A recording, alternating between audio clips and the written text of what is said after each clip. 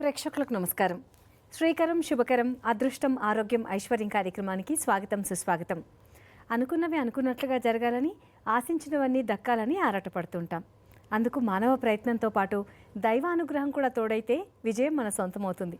అందుకు ఎవరెవరు ఏ దైవాన్ని ఎలా ఆరాధించాలో మనకు తెలియజేస్తున్నారు ప్రముఖ ఆధ్యాత్మికవేత్త, జ్యోతిష శాస్త్ర నిపుణులు, ప్రశ్నశాస్త్ర ప్రావీణ్యులు, జ్యోతిష భాస్కర శ్రీ గడ్డమనుగు తేజస్వి శర్మ గారు.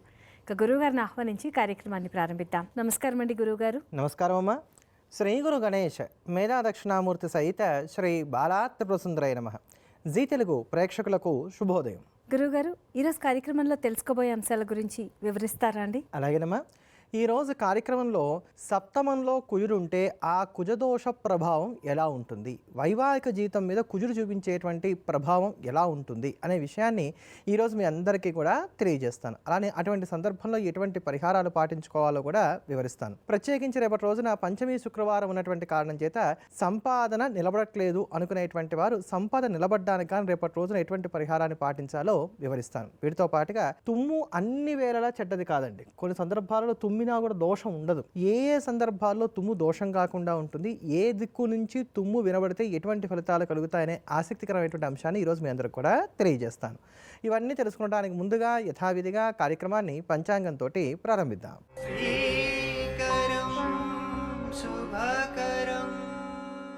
గురువారం 18వ తేదీ జూన్ నెల 2026 శ్రీ పరాభవనామ సంవత్సరం, ఉత్తరాయణం, గ్రీష్మ ఋతువు, నిజజ్యేష్ఠమాసం, తిథి శుద్ధ చవితి రాత్రి 7 గంటల 4 నిమిషాల వరకు, నక్షత్రం పుష్యమి నక్షత్రం ఉదయం 11 గంటల 36 నిమిషాల వరకు, వర్జం రాత్రి 11 గంటల 38 నిమిషాల నుండి 1 గంట 8 నిమిషాల వరకు, దుర్ముహూర్తం ఉదయం 10 గంటల 7 నిమిషాల నుండి 10 గంటల 59 నిమిషాల వరకు, తదుపరి మధ్యాహ్నం 3 గంటల 19 నిమిషాల నుండి 4 గంటల 12 నిమిషాల వరకు, రావుకాలం మధ్యాహ్నం 1 గంట 30 నిమిషాల నుండి 3 గంటల వరకు, యమగండం ఉదయం 6 గంటల నుంచి 7 గంటల 30 నిమిషాల వరకు, శుభ సమయాలు సాయంత్రం 5 గంటల 1 నిమిషం నుండి 5 గంటల 40 నిమిషాల వరకు. ఈ రోజు ఉన్నటువంటి తిథి వార నక్షత్రాన్ని అనుసరించి అన్నప్రాసన, అక్షరాభ్యాసం, ఉపనయనం, పెళ్లి చూపులు, నిశ్చితార్థం, వివాహం, గృహారంభం, గృహప్రవేశం, ఇతరత్ర సాధారణ కార్యక్రమాలకు కాలం అనుకూలంగా ఉంది. ఈరోజు ఉదయం 11 గంటల 36 నిమిషాల తదుపరి అప్పిచ్చినా, తీసుకున్నా, తాకట్లు పెట్టినా ఇబ్బందులు కలగడానికి ఆస్కారం ఉంటుంది కనుక ఉదయం 11 గంటల 36 నిమిషాల తర్వాత నుంచి ఇటువంటి వాటికి దూరంగా ఉండటం అనేది మంచిది. ఇవాళ పంచాంగ విశేషాలు తెలియజేసినందుకు ధన్యవాదాలు గురువుగారు. ఇక ఈ రోజంతా ఎటువంటి ఆటంకాలు రాకుండా ఉండడానికి ఏం చేయాలో తెలియజేస్తారా అండి?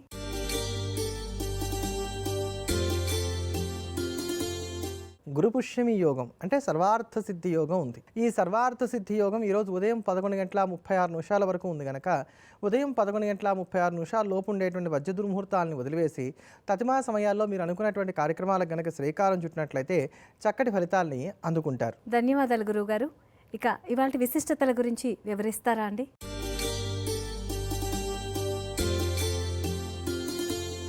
ఈరోజు గురుపుష్యమి యోగం ఉంది.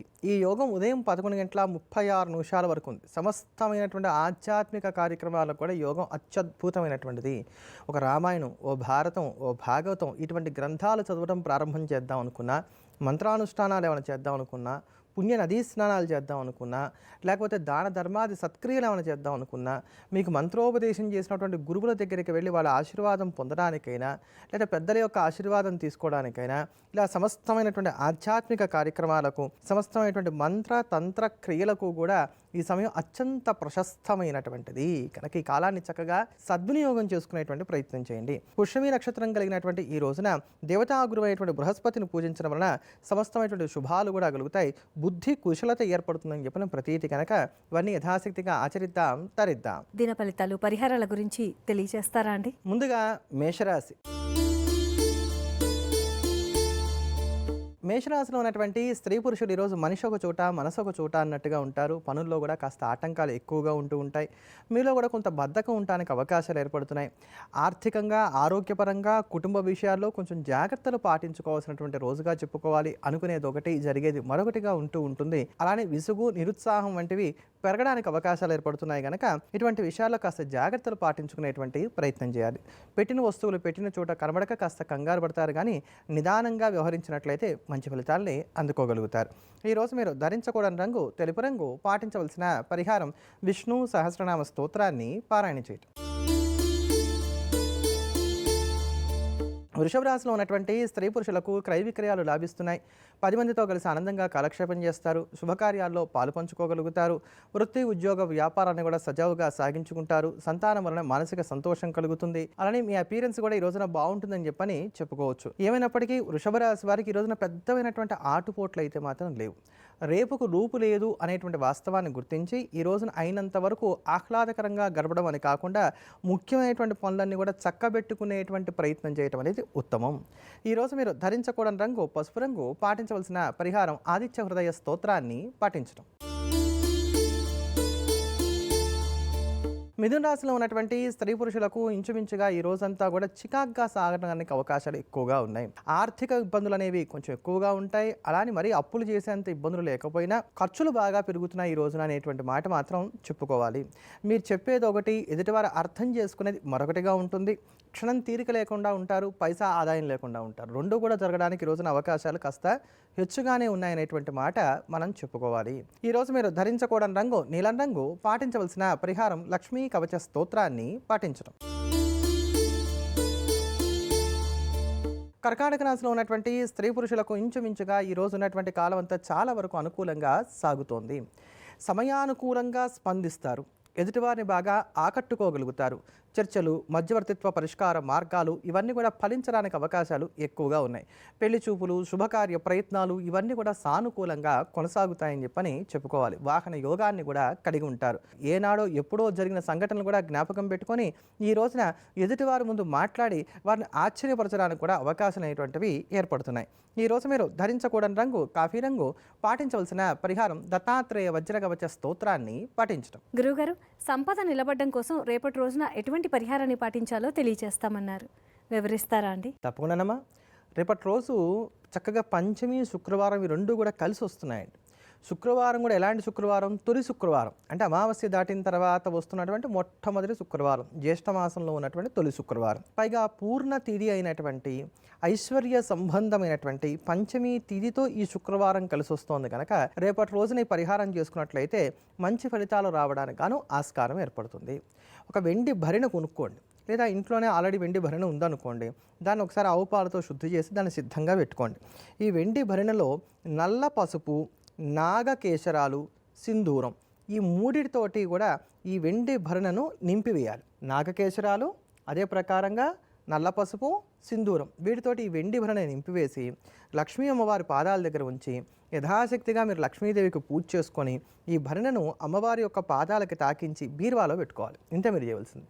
ఎన్నాళ్ళైతే ఇది బీరువాలో శుచిగా ఉంటుందో అన్నాడు దీని యొక్క ప్రభావం ఉంటుంది. ఒకవేళ ఇందులో ఉన్నటువంటి ద్రవ్యాలు ఏమైనా పాడైపోతున్నాయి అనుకున్నట్లయితే ఇలా ఎప్పుడైనా సరే తొలి శుక్రవారం వచ్చినటువంటి రోజున మళ్ళీ ఈ పరిహారం చేసుకునేటువంటి ప్రయత్నం చేయొచ్చు. చాలా చక్కనైనటువంటి పరిహారం. ఎంతో సంపాదిస్తున్నాం కానీ డబ్బు నిలబడట్లేదు, మా ఇంట్లో ధనం నిలబట్లేదు అనుకునేటువంటి వారందరూ కూడా ఈ పరిహారాన్ని చేసుకొని చక్కటి ఫలితాలని పొందవచ్చు. అయితే మానవ ప్రయత్నం ఉండాలండి. డబ్బులు వస్తున్నాయి కదా అని చెప్పి మేము ఖర్చు పెట్టేస్తూనే ఉంటాం, కానీ ఇవి మాత్రం నిలబడుతూ ఉండాలి. అట్లా కుదరదు. మేము ఎంతగా మానవ ప్రయత్నం చేసి రూపాయి కళ్ళకద్దుకుంటున్నప్పటికీ కూడా నిలబడట్లేదు అనుకునేటువంటి వారికి ఈ పరిహారం చాలా చక్కగా ఉపయోగపడుతుంది. గురువుగారు, తుమ్ము ఏ సందర్భాల్లో మంచిది, అలాగే ఏ దిక్కు నుండి వినపడితే ఎటువంటి ఫలితం కలుగుతుందో తెలియజేస్తామన్నారు. వివరిస్తారా అండి? తప్పకుండానమ్మా.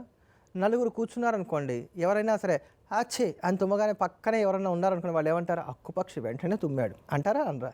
అంటే తుమ్ము అనేది అపశకునం. ఇది మనందరికీ ఉన్నటువంటి రూఢిగా ఉన్నటువంటి అంశం. కానీ అన్ని వేళలా తుమ్ము చెడ్డది కాదండి. కొన్ని సందర్భాలలో తుమ్ముకి అసలు దోషమే లేదు అనేటువంటి మాట శాస్త్రం చాలా నిక్కచ్చిగా చెప్తోంది. దాన్ని ఉదాహరిస్తూ ఔషధే వాహనారోహే వివాహే శయనే అశనే విద్యారంభే బీజావాపే క్షుతం సప్తసు శోభనం అనేటువంటి మాట చెప్పారు. 7 సందర్భాలలో తుమ్ముకి అసలు దోషమే లేదు అనేటువంటి మాట దీనివల్ల మనకు కనబడుతుంది. సప్తసు శోభనం, 7 సందర్భాలలో అసలు దోషం లేదన్నారు. ఎప్పుట ఔషధే, ఎవరైనా మందులు వేసుకుంటున్నారనుకోండి, మొదటిసారి మందులు వేసుకుంటున్నాను తుమ్మాడు అని మనం అనాల్సిన అవసరం లేదు. అక్కడ ఆ తుమ్ముకి ఎటువంటి ఫలితము లేదు. అలానే వాహనారోహే, ఏదైనా సరే వెహికల్ మనం ఎక్కి స్టార్ట్ చేయబోతున్నాం ఆ సందర్భంలో. అదే ప్రకారంగా వివాహే, పెళ్లి జరుగుతూ ఉండగా, ఆ పెళ్లి మాటలు జరుగుతూ ఉండగా, లేకపోతే వివాహ మండపంలో దానికి కూడా దోషం లేదు. శయనే, పడుకోబోతున్నాం, వీడు తుమ్మాడు, నా నిద్ర పట్టదు అని మనం అనుకుంటాం. చూసారండి, దానివల్ల నిద్ర పట్టదు. అంతేగాని శాస్త్రాన్ని అనుసరించి నిద్రపోయే ముందు ఎవరైనా సరే తుమ్మినప్పుడు ఆ తుమ్ము మనకు వినబడినా దానివల్ల ఎటువంటి దోషము లేదు. అశనే తినేటప్పుడు ఆహారం స్వీకరించేటువంటి సందర్భంలో కూడా ఎటువంటి దోషం లేదన్నారు. విద్యారంభే చదువుకోవడానికి ముందుగా, బీజావాపే కొంతమంది ఇప్పుడు కూడా మనం చూస్తూ ఉంటాం. ఈ విద్యారంభే అనే మాట జాగ్రత్తగా జ్ఞాపకం పెట్టుకోవాలి. ఇలా పుస్తకం దిగిన మనం తుమ్మారనుకోండి, పుస్తకం మూసి పక్కన పెట్టి తుమ్మినవాడు వంక టొకరొకర చూస్తూ ఈయన తుమ్మాడుగా తర్వాత చూసుకుంటానంటారు. అదేదో వాడి వల్ల వీడికి ఇబ్బంది వచ్చినట్టు భావన చేస్తారు. అట్లాంటివి ఏం లేదు. అసలు ప్రకృతి ఇది మనకి ఇస్తున్నటువంటి సంకేతం. అలా చూడడం వల్ల ఇంకా మనకు దోషం పెరుగుతుంది. కానీ అసలు విద్యారంభంలో తుమ్మితే దానికి అసలు దోషమే లేదనేటువంటి మాట శాస్త్రం చాలా స్పష్టంగా చెప్తోంది. ఇవన్నీ కూడా లోకంలో ఎందుకు పుడతాయో తెలియదు కానివ్వండి, ఇటువంటివన్నీ కూడా మనకు పుట్టుకొస్తూ ఉంటాయి అన్నమాట. అలానే బీజావాపే అంటే గనక విత్తులు నాటేటప్పుడు, ఈ పంట పొలాల్లో వాటిలో విత్తనాలు నాటేటప్పుడు కూడా ఒకవేళ తుమ్ము గనక వచ్చినా దానివల్ల ఎటువంటి దోషము లేదని అన్నారు. కానీ ఏ దిక్కు నుండి తుమ్ము వినబడితే ఎటువంటి ఫలితం కలుగుతుందనే దాన్ని కూడా మన ఋషులు మనకి తెలియజేశారు. తూర్పు నుంచి గనక తుమ్ము వినబడినట్లయితే అది గండానికి సూచనగా ఉంటుంది. ఆగ్నేయ నుంచి కనుక వినబడినట్లయితే అది దుఃఖాన్ని కలిగించడానికి అవకాశం ఉంటుంది. అలానే దక్షిణం నుంచి కనుక వినబడినట్లయితే అది మనం చేసేటువంటి పనిలో అవరోధం కలుగుతుంది అనడానికి సూచనగా ఉంటుంది. నైరుతి నుంచి కనుక తుమ్ము వినబడినట్లయితే కనుక అది నష్టాన్ని కలగజేస్తుంది. అలానే పడమర నుంచి కనుక తుమ్ము వినబడినట్లయితే కనుక అది సంపదలకి కారణమవుతుంది. అలానే ఈశాన్యం నుంచి కనుక తుమ్ము వినబడినట్లయితే కనుక బలిమిని కలగజేస్తుంది అనేటువంటి మాట మనకి చెప్పారు. కనుక ఇట్లా మనం కనుక చూసుకుంటూ వెళ్ళినట్లయితే ఈశాన్యము, పడమర, ఉత్తర ఈ 3 దిశల నుంచి కనుక తుమ్ము వినబడినట్లయితే శుభమే కలుగుతుంది. మళ్ళీ చెప్తున్నాను, ఈశాన్యం, పడమర, ఉత్తరం ఈ 3 దిక్కుల నుంచి కనుక మనకు తుమ్ము వినబడిన ఎటువంటి దోషము లేదు.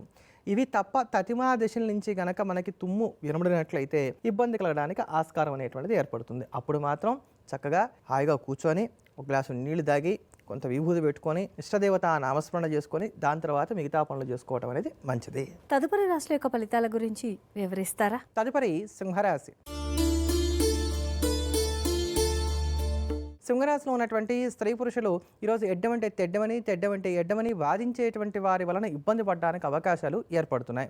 రోజువారీ పనులు అయినప్పటికీ కూడా ఏదో తప్పదు అన్నట్టుగా భారంగా చేస్తారే తప్ప సానుకూలంగా చేయడానికి అవకాశాలు కొంచెం తక్కువగా ఉన్నాయి. ఫంక్షన్స్ కానీ లేకపోతే గెట్ టుగెదర్ లాంటి వాటిలో కానీ పార్టిసిపేట్ చేసినా కూడా ఈరోజు మనిషి ఒక చోట మనసు ఒక చోట అన్నట్టుగా ఉంటారు.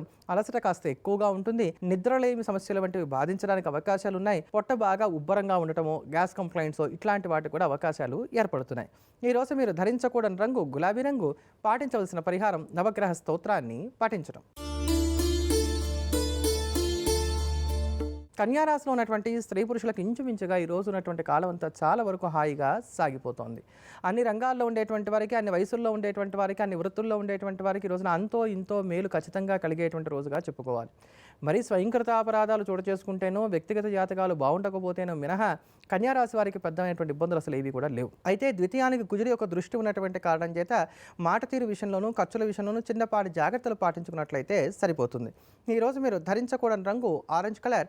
పాటించవలసిన పరిహారం దశరథ కృత శని స్తోత్రాన్ని పాటించటం. తులారాశిలో ఉన్నటువంటి స్త్రీ పురుషులకు ఇంచుమించుగా ఈ రోజు ఉన్నటువంటి కాలం అంతా చాలా వరకు అనుకూలంగా సాగుతోంది. ఎవరేమనుకున్నారు అనే దాని గురించి కన్నా నా గురించి నేను జాగ్రత్తగా ఆలోచించుకోవాలి, నా ఆనందమే నాకు ప్రధానం అనుకునేటువంటి విధంగా మీ ఆలోచన ధోరణి అంతా కూడా సాగుతూ ఉంటుందని చెప్పని చెప్పుకోవాలి. ఇష్టమైనటువంటి ఆహారాన్ని స్వీకరించగలుగుతారు, క్షణం తీరిక లేకుండా ఉంటారు, శత్రువులకి మీరంటే ఏమిటో రుచి చూపించగలుగుతారు, సంతానానికి ఏం కావాలో అవన్నీ కూడా చక్కగా తెలుసుకొని సమకూర్చేటువంటి ప్రయత్నం చేస్తారు. ఈరోజు మీరు ధరించకూడని రంగు ముదురు ఆకుపచ్చ రంగు. పాటించవలసిన పరిహారం సుబ్రహ్మణ్య అష్టకాన్ని పాటించడం. వృశ్చిక రాశిలో ఉన్నటువంటి స్త్రీ పురుషులకు ఇంచుమించుగా ఈ రోజు ఉన్నటువంటి కాలం అంతా చాలా వరకు అనుకూలంగా సాగిపోతుంది, ఆహ్లాదంగా గడుస్తుంది. చెప్పుకోదగినటువంటి నష్టాలు లేవు, చెప్పుకోదగినటువంటి శుభాలు లేవు. ఈ రోజంతా కూర్చొని ఏం చేసాం అని ఆలోచించుకున్నారనుకోండి, అబ్బా ఏముంటుంది ప్రతిరోజు చేయడానికి ఆలోచించడానికి, మంచిదిలే హ్యాపీగా గడిచిపోయింది కదా చాలే ఇట్లా అనుకుంటారన్నమాట. ఇలా ఉంటుంది. హాబీస్ మీద దృష్టిని సారించడానికి, ఆధ్యాత్మిక కార్యక్రమాలు చేసుకునడానికి, తెగిపోయిన సంబంధాలను తిరిగి మళ్ళీ పెరవేసుకునడానికి వాళ్ళు చేసే ప్రయత్నాలకు ఈరోజు చాలా అనువైనటువంటి రోజుగా చెప్పుకోవచ్చు. ఆర్థిక సర్దుబాట్లు కూడా సానుకూలపడతాయి. ఈరోజు మీరు ధరించకూడని రంగు నలుపు రంగు. పాటించవలసిన పరిహారం శ్రీరామ రక్షా స్తోత్రాన్ని పాటించడం. గురువుగారు, సప్తమ కుజుడి ప్రభావం ఎలా ఉంటుందో మాకు తెలియజేస్తామన్నారు, వివరిస్తారా అండి? తప్పకుండానమ్మా. కుజదోషంలో సప్తమ కుజదోషం అనేటువంటిది కొంచెం పెద్దదిగానే చెప్పాలి. ఈ 7వ ఇల్లు వివాహస్థానాన్ని చెప్తుంది కనుక వివాహస్థానంలో కుజుడుంటున్నటువంటి కారణం చేత దీన్ని కొంచెం మనం గట్టిగానే పరిగణించవలసినటువంటి స్థితి ఏర్పడుతుంది. సాధారణంగా 7వ ఇంట్లో కుజుడున్నటువంటి వారు అబద్ధాలు చెప్పేటువంటి వారు అవుతారు. జిత్తులు మారి తనాన్ని కాస్త కలిగి ఉంటారని చెప్పని జ్యోతిష్శాస్త్రం చెప్తుందండి, నేనే మిమ్మల్ని అనట్లా. అట్లాంటి వీళ్ళు కొంత మోసం చేయడానికి కూడా అవకాశం ఉంటుందనేటువంటి మాట చెప్పారు. ఓటమిని వీళ్ళు ఎంత మాత్రం ఒప్పుకోరు. కింద పడ్డా తమదే పై చెయ్యి అనేటువంటి మొండితనం ఏదైతే ఉంటుందో అది వీళ్ళ దగ్గర బాగా ఎక్కువగా ఉండడానికి అవకాశం ఏర్పడుతుంది. అలానే డబ్బుని కొంత వృధాగా ఖర్చు చేసేటువంటి అలవాట్లు కూడా ఉంటాయి. ఖర్చు చేసిన తర్వాత పశ్చాత్తాపం కూడా వీళ్ళు పడతారని చెప్పుకోవాలి. మళ్ళీ మొదటిగా వస్తారు, డబ్బులు వచ్చిన తర్వాత మళ్ళీ ఖర్చు పెట్టేస్తారు. మళ్ళీ అయ్యో అనవసరంగా ఖర్చు పెట్టానేమో అని మళ్ళీ పశ్చాత్తాపడడానికి కూడా ఆస్కారం అనేటువంటిది ఉంటుంది. అసూయ కూడా వీళ్ళకి కాస్త ఎక్కువగా ఉంటుంది. ఈ కుజుడు కనుక సప్తమ స్థానంలో ఉన్నట్లయితే ఇది వివాహ స్థానం కనుక చిన్న చిన్న తగాదాలు కూడా చిలికి గాలివానగా మారి విడాకుల దాకా వెళ్ళిపోవడానికి ఆస్కారం ఏర్పడుతుంది. సాధారణంగా సప్తమంలో కానీ అష్టమంలో కానీ కుజుడు ఉన్నట్లయితే కనుక ఆడవాళ్ళు అలిగి పుట్టింటికి వెళ్ళడానికి అవకాశాలు ఎక్కువగా ఉంటాయి. మగవాళ్ళు అయితే కనుక భార్య మీద అలిగి ఇంట్లోంచి వెళ్ళిపోవడానికి కూడా అవకాశాలు ఎక్కువగా ఉంటాయి అన్నమాట. అంటే వీళ్ళు కొట్లాడుకుంటే అక్కడే ఉండి కొట్లాడుకోవడం అనేది కాకుండా ఆ ప్రాంతాల నుంచి వెళ్ళిపోవడం అనేది కూడా మనం అనుభవంలో చూడటానికి అవకాశం అనేటువంటిది ఏర్పడుతూ ఉంటుంది. కర్కాటక, వృశ్చిక, మీన రాశులు కనుక సప్తమమై మీ లగ్నానికి కానీ మీ రాశికి కానీ 7th హౌస్ అయి ఈ కర్కాటక రాశి, వృశ్చిక రాశి, మీనరాశులు అయి ఉండి వాటిల్లో కనుక కుజుడు ఉన్నట్లయితే విడాకులు రావడానికి ఉండేటువంటి ఛాన్సెస్ కాస్త ఎక్కువగా ఉంటాయనేటువంటి మాట మనం చెప్పుకోవాలి. అలానే మిథునం, తుల, కుంభరాశులు కనుక మీ లగ్నం నుండి కానీ మీ రాశి నుంచి కానీ 7th హౌసెస్ అయి మిథునం, తుల, కుంభం 7th హౌసెస్ అయి అందులో కనుక కుజుడు ఉన్నట్లయితే కనుక మీకు కొంత విపరీతమైనటువంటి కోరికలు ఎక్కువగా ఉండడానికి ఆస్కారం ఏర్పడుతుంది. ఇక్కడ కనుక శుక్రుడు కూడా కలిశాడా ఆ కోరికలు మరింత ఎక్కువగా ఉండడానికి, తద్వారా ఇబ్బందులు రావడానికి అవకాశాలు ఎక్కువగా ఉంటాయి. ఒకవేళ కుజుడు కనుక వృషభ రాశిలో కానీ తులారాశిలో కానీ ఉన్నట్లయితే మళ్ళీ ఈ వృషభ రాశి, తులారాశి కూడా మీ లగ్నానికి రాశికి 7th హౌస్లో అయి ఉండాలి. అక్కడ కనుక కుజుడు ఉన్నట్లయితే కనుక మీరు మీ యొక్క పార్ట్నర్ పట్ల అమితమైనటువంటి ప్రేమను మీరు కలిగి ఉంటారు కానీ మీ పార్ట్నర్ మీ వైపు మాత్రం అట్లా అంత ప్రేమను చూపించడానికి ఆస్కారం అనేటువంటిది ఉండదు. ఇక్కడ ఏమవుతుంది సమస్య, వీళ్ళు బాగున్నారు, ఆపోజిట్ వైపు నుంచి రావాల్సినటువంటి ఆకర్షణ కానీ ప్రేమ కానీ కలగడానికి అవకాశాలు అనేవి కొంచెం తక్కువగా ఉన్నాయి. ఒకవేళ కుజుడు కుంభరాశిలో కానీ కన్యారాశిలోని కానీ ఉన్నాడు, ఈ కుంభరాశి కానీ కన్యారాశి కానీ మీ లగ్నం నుంచో రాశి నుంచో 7th హౌస్లో అయినట్లయితే కనుక పెళ్ళయిన తర్వాత అదృష్టవంతులు అవుతారు మీరు అనేటువంటి మాట చెప్పాలి. అది స్త్రీ అయినా పురుషుడైనా ఎవరైనా కూడా అదృష్టవంతులు అవుతారనేటువంటి మాట చెప్పుకోవచ్చు. ఒకవేళ 7th హౌస్లో కనుక కుజుడుండి ఆ 7th హౌస్ కనుక ఆయనకి మంచి స్థానం అయినట్లయితే కనుక మీ వృత్తిలో మీ రంగాల్లో అద్భుతంగా రాణించడానికి అవకాశాలు అనేటువంటివి ఏర్పడతాయి. ఏది ఏమైనప్పటికీ కూడా విడాకులు అనేంత స్థాయిలో వైవాహిక జీవితంలో అల్లకల్లోలాలు సృష్టింపబడడానికి, ద్వితీయ వివాహం జరగడానికి, మీ పార్ట్నర్ నుంచి మీరు కోరుకునేటువంటి ప్రేమానురాగాలు దక్కకుండా ఉండటానికి ఈ 7th హౌస్లో ఉండేటువంటి కుజుడు కారణమవుతాడు. ఇది ప్రధానమైనటువంటి కుజదోషంగా ఉంటుంది కనుక అటువంటి సందర్భాలలో రూఢీగా ఇది కుజదోషమే అని చెప్పని మనకి తెలియనప్పుడు మాత్రం దీనికి తీవ్రమైనటువంటి శాంతులు చేసుకుంటూ ఉండటం అనేది మంచిది. ఏదో ఒకసారి పూజ చేసాం వదిలేసాం అన్నట్టుగా కాకుండా ప్రతి మంగళవారం కూడా ఉపవసించి రాత్రిపూట భోజనం చేయటం, ప్రతి మంగళవారం కూడా ఆంజనేయ స్వామి వారికి 108 ప్రదక్షిణాలు చేసుకోవడం, ఈ 2 పరిహారాలు కూడా పాటిస్తూ వచ్చినట్లయితే ఈ ఇబ్బందులు కొంతవరకు తగ్గుతాయి. అలానే ఒకవేళ మీరు స్త్రీమూర్తులైనట్లయితే కనుక ప్రతి మంగళవారం దుర్గాదేవిని పూజించడం కూడా మంచి ఫలితాలని కలగజేస్తుంది. తదుపరి రాశుల యొక్క దినఫలితాల గురించి వివరిస్తారా? తదుపరి ధనుసు రాశి. ధనుసు రాశిలో ఉన్నటువంటి స్త్రీ పురుషులు ఈరోజు రోజువారీ పనులకు పరిమితం అవ్వటం అనేది మంచిది. ఓ పక్కన అర్ధాష్టమి శని ఉండగా మరో పక్కన కుజుడి యొక్క సంచారాలు అంత అనుకూలంగా లేవు. అదే ప్రకారంగా మీకు సప్తమంలో ఉన్నటువంటి రవి కావచ్చు, బుధుడు కావచ్చు, అష్టమంలో ఉన్నటువంటి చంద్రుడు, గురుడు ఇలా అనేకమైనటువంటి గ్రహాలు ప్రతికూలంగా ఉన్నటువంటి కారణం చేత తప్పొప్పులు ఎవరివైనప్పటికీ కూడా మీరే ఇబ్బంది పడడానికి, మీరే నష్టపోవడానికి అవకాశాలు అనేటువంటివి ఏర్పడుతున్నాయి కనుక వృత్తి, ఉద్యోగ, వ్యాపారాల దగ్గర నుంచి ఇంటి విషయాల దగ్గర నుంచి ప్రతి దాంట్లోనూ కూడా రిస్క్ అనేటువంటి పదానికి దూరంగా ఉండటం అనేది మంచిది. ఒకవేళ ఎవరైనా ఆ విషయంలో ఒక మాట అన్నారనుకోండి, చూసుకుందాంలే మళ్ళీ రేపు మా రోజు వస్తుంది కదా అనుకునేటువంటి విధంగా ఉండాలి తప్ప వెంటనే స్పందించేటువంటి ప్రయత్నం మాత్రం చేయకూడదు. ఓర్పుని సహనాన్ని కలిగి ఉండాలి. ఆర్థికంగా, ఆరోగ్యంగా పరంగా తగు జాగ్రత్తలు పాటించుకోవాలి. ఈరోజు మీరు ధరించకూడని రంగు ఎరుపు రంగు. పాటించవలసిన పరిహారం నవగ్రహ స్తోత్రాన్ని పాటించడం. మకర రాశిలో ఉన్నటువంటి స్త్రీ పురుషులు ఈరోజు అయినంత వరకు సెంటర్ ఆఫ్ అట్రాక్షన్గా ప్రతి విషయంలోనూ కూడా నిలబడాలి అనేటువంటి దాన్ని బాగా బలంగా కోరుకుంటారని చెప్పని చెప్పుకోవాలి. ప్రేమలు ఫలిస్తాయి. అలానే ఈరోజు మీరు కొన్ని కీలకమైనటువంటి నిర్ణయాలు కూడా తీసుకోగలుగుతారు. పెట్టుబడులు కూడా లాభించడానికి అవకాశాలు అనేటువంటివి ఏర్పడుతున్నాయనే మాట చెప్పుకోవచ్చు. వృత్తి ఉద్యోగ వ్యాపారాలు కూడా సజావుగా సాగించుకోగలుగుతారు. పాత పరిచయాలు బలపరుచుకుంటూనే కొత్త పరిచయాలకు శ్రీకారం కూడా చుట్టేటువంటి ప్రయత్నం చేస్తారు. ఈరోజు మీరు ధరించకూడని రంగు చిలక ఆకుపచ్చ రంగు. పాటించవలసిన పరిహారం దుర్గా అమ్మవారిని ఎర్రటి పూలతోటి పూజించడం. కుంభరాశిలో ఉన్నటువంటి స్త్రీ పురుషులకు ఈరోజు రావాల్సినటువంటి ధనాన్ని వసూలు చేసుకోవడానికి కానీ చేసే ప్రయత్నాలకు కాలం అనుకూలంగా ఉంది. క్రయ విక్రయాలు సజావుగా సాగించుకోగలుగుతారు. బాగా రిలాక్స్డ్గా ఉంటారు. ఎవరైనా ఇంట్లో వాళ్ళు వచ్చి అబ్బో ఇంత పెద్ద సమస్య ఉంది ఇప్పుడు ఏం చేయాలన్నా అనుకోండి, ఎందుకు కంగారు పడుతున్నావు, ఆలోచిద్దాం ఆగు, ప్రతిదానికి కూడా ఏదో ఒక దారి ఉంటుంది, కంగారు పడితే ఏది అవ్వదు, ఇంత ధైర్యంగా ఉండగలుగుతారు. ప్రతి దాన్ని కూడా నింపాదిగా ముందుకు తీసుకెళ్లేటువంటి ప్రయత్నం చేస్తారు. వృత్తి ఉద్యోగ వ్యాపారాల పరంగా మీరు కోరుకునేటువంటి వెసులుబాట్లు సౌకర్యాలు లభించడానికి అవకాశాలు అనేటువంటివి ఏర్పడుతున్నాయి. ప్రయాణాలు కూడా లాభిస్తాయి. వాహన యోగాన్ని కూడా కలిగి ఉంటారు. విద్యార్థులకు కూడా యోగదాయకంగా ఉంది. ఈరోజు మీరు ధరించకూడని రంగు బూడిద రంగు. పాటించవలసిన పరిహారం శ్రీరామచంద్రమూర్తిని పూజించడం. మీనరాశిలో ఉన్నటువంటి స్త్రీ పురుషులు అనుకునేది ఒకటి, జరిగేది మరొకటిగా ఉంటుంది. మాట్లాడకుండా కూర్చుంటేనో చూసావా మాట్లాడట్లేదు అంటారు ఎదుటి వాళ్ళు. మాట్లాడితేనేమో అమ్మో నాకే ఎదురు చెప్తున్నావా అని అంటారు. అంటే ఎలా మెలగాలి అనేది కొంచెం కష్టసాధ్యంగా ఉంటుంది. ఖర్చు పెడదామా అంటే మన దగ్గర డబ్బులు ఉండవు.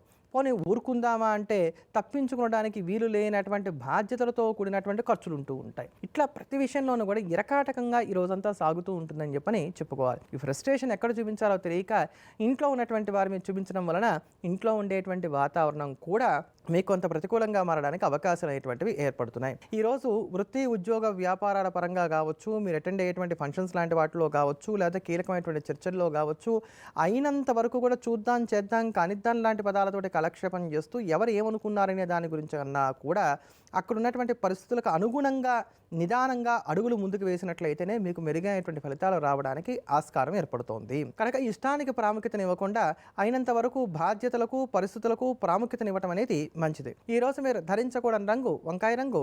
పాటించవలసిన పరిహారం ఆదిత్య హృదయ స్తోత్రాన్ని పాటించడం. గురువుగారు, ఇవాళ కార్యక్రమంలో దిన ఫలితాలు పరిహారాలతో పాటు విడాకులు రావడానికి కుజుడు ఎలా కారకుడవుతాడో చాలా వివరంగా తెలియజేసినందుకు ధన్యవాదాలండి. ధన్యవాదాలమ్మా. ఎల్లప్పుడూ దేశాన్ని ప్రేమిద్దాం, దైవాన్ని స్మరిద్దాం. స్వస్తి. ఇదండి వాటి శ్రీకరం శుభకరం అదృష్టం ఆరోగ్యం ఐశ్వర్యం కార్యక్రమం. రేపటి కార్యక్రమంలో మరిన్ని అంశాలతో మళ్ళీ కలుసుకుందాం. అందాక సెలవా మరి. నమస్కారం.